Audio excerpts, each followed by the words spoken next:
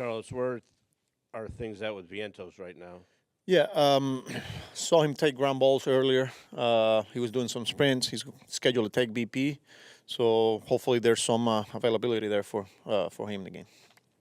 So he could be off the bench next Yeah, week, theoretically. if he comes through, like I said, batting practice and all that, he could be an option off the bench today. Tim? How did it go with McNeil and Alvarez's check-ins, and what's next for them officially? Yeah, good. Feeling good. I think at this point it's just more building up volume for them. Getting used to playing full games, back-to-backs, and things like that. So right now the plan is for them to go to AAA tomorrow. They're scheduled to play a full game, 9 innings tomorrow, and then I think they have doubleheader on Wednesdays. They play one of them. It's a 7-inning game, and then we have a decision after that. So when you talk getting volume, is 2 more games of at-bats enough volume? Well, I mean, yes, because they've been going back to backs, so we feel like another back to back here, especially with the way they're bouncing back and things like that. They should be in a way better position now to join the team.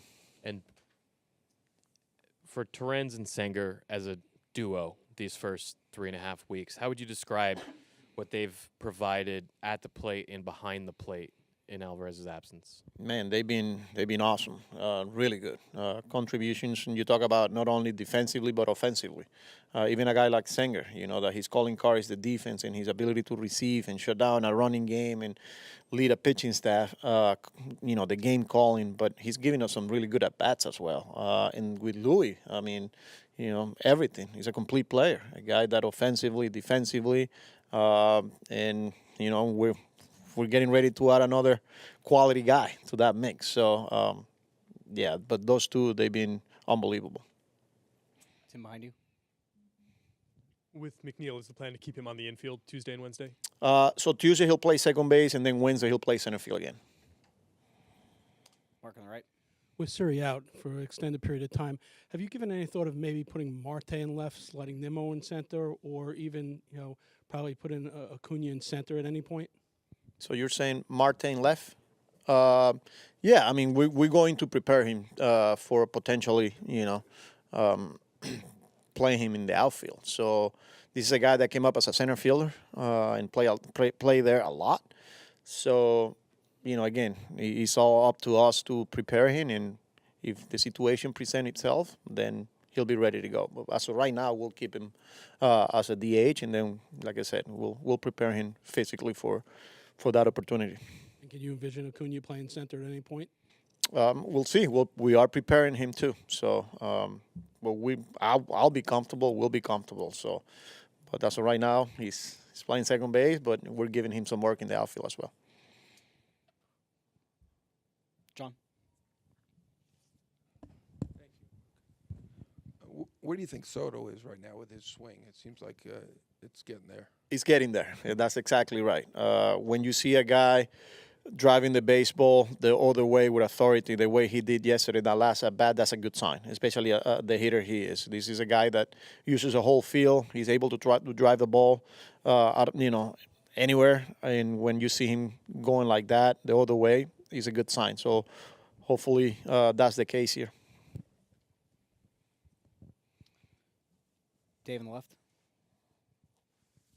Carlos, yesterday we just asked Lindor about the atmosphere at home this year, and he said it's a lot different this year. I know he was kind of talking about more fans here, more electricity and stuff. Do you think kind of team-wise, this being your second year and the team you guys put together, that you just have a better idea of kind of what you're doing now and way to put together a winning team and how to win? Let me think. We have a better idea of how. Just because it's your second year doing this, so it's just.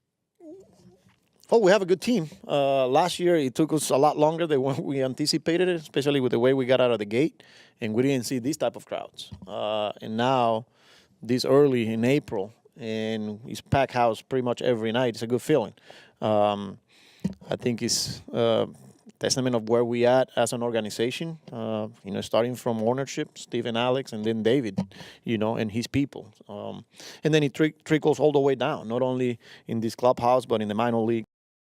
Dominican Republic. So again, it's a good feeling, especially playing at home, that you know that you're going to have the support from the fan base, and it's going to be electric, it's going to be fun, and that's what we want.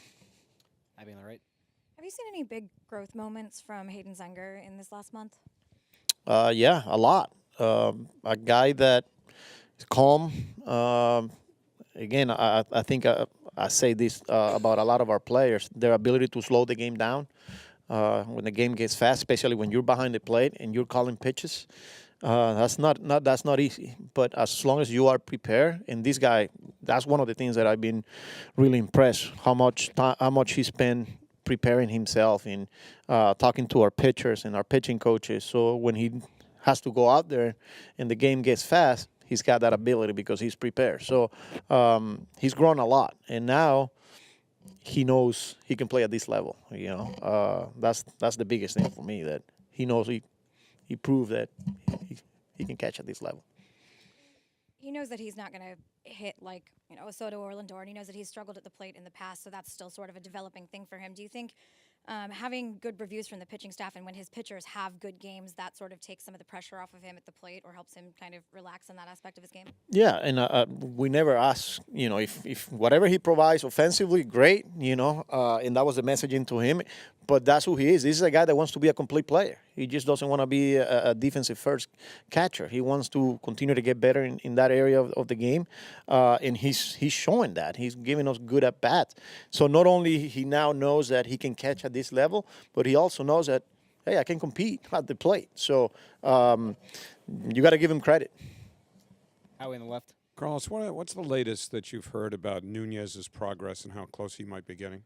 Yeah, it's good. Physically feeling good. His last outing, he was a little scattered with his pitches. I think gave a couple of singles, I think it was. I think it's just coming down to how he's feeling after executing pitches. They've been, I don't want to make excuses for him, but they've been playing in some tough weathers down there. So the weather's been really, really tough. So, yeah, we will continue to watch him, and he's should be close. Or this way, the way the pen has performed overall, if you thought Nunez was ready today, does that necessarily mean that he'd be activated?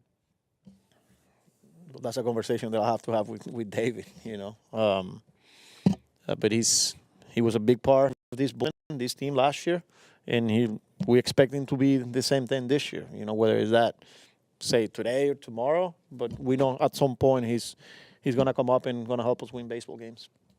Joe on the right. Carlos, what have you liked about Tyrone Taylor as he sort of adopted this everyday center field role for the time being? Yeah, I mean, he's always ready to go. The way he goes and gets baseballs out there, he's an elite defender. He keeps it fun, keeps it loose. He competes. He's going to give you an at bat. There's impact. He puts the ball in play, especially when he controls the strike zone. He gets in trouble when he chases. Obviously, like every hitter. You could say the same thing about every hitter in the big leagues. But there's a lot to like, man. He's a great teammate, great player. And like I said, he's always ready to go. Andrew? Is there any sense of kind of heightened emotions going into a matchup with the Phillies, team that won the division last year and the team that you knocked out of the playoffs last year? Yeah, we know they're good. And we just got to be ready, We're familiar with them. They're familiar with us.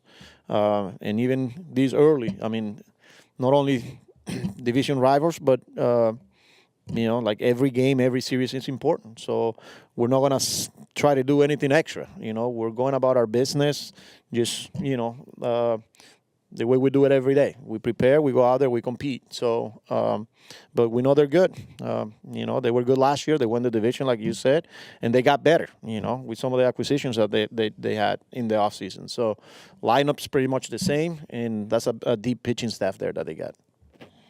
Last one on the right. Luis Gonzalez Quisqueya, getting Sean Manaea back is going to be big for this club. How soon do you see him returning? Yeah, we're still a few weeks away.